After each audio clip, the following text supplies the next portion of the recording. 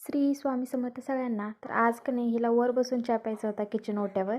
आणि आणि एकीकडे याचा असा खेळ चालू होता, पाण्यात वगैरे हात घालायचं काम चालू होतं.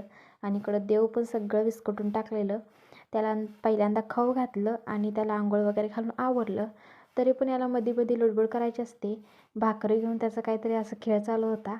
आणि इकडं मी देवपूजा करत होते तर इथं पण आला तो, की त्याला पण देवपूजा करायची होती.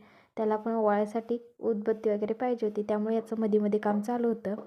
त्यानंतर मी देवपूजा वगैरे चांगली करून घेतली आणि लगेचच मला बाहेर जायचं होतं आमच्या नणंदबाईंकडे, कारण तिथं कार्यक्रम होता जावळाचा, त्यासाठीच जायचं होतं. मस्त अशी तयार झाली आणि त्या ठिकाणी पोचले तर इथं कार्यक्रम चालू झालेला होता, थोडं उशिराच झालेला. आणि जावळ वगैरे चांगलं झालं, मस्त झालं. आणि आम्ही जेवण वगैरे केलं आणि इथं पिल्लूला झोप आली होती, त्यामुळं त्याला पण झोपवलं. आणि तो झोपलाय तोपर्यंत फोटो वगैरे काढून घेतले मस्त असे दोघांचे पण.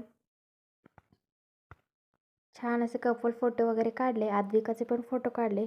आणि घरी आलो. घरी येता येता की नाही हा समोसा आणलेला तो अगोदरनी खाऊन घेतला.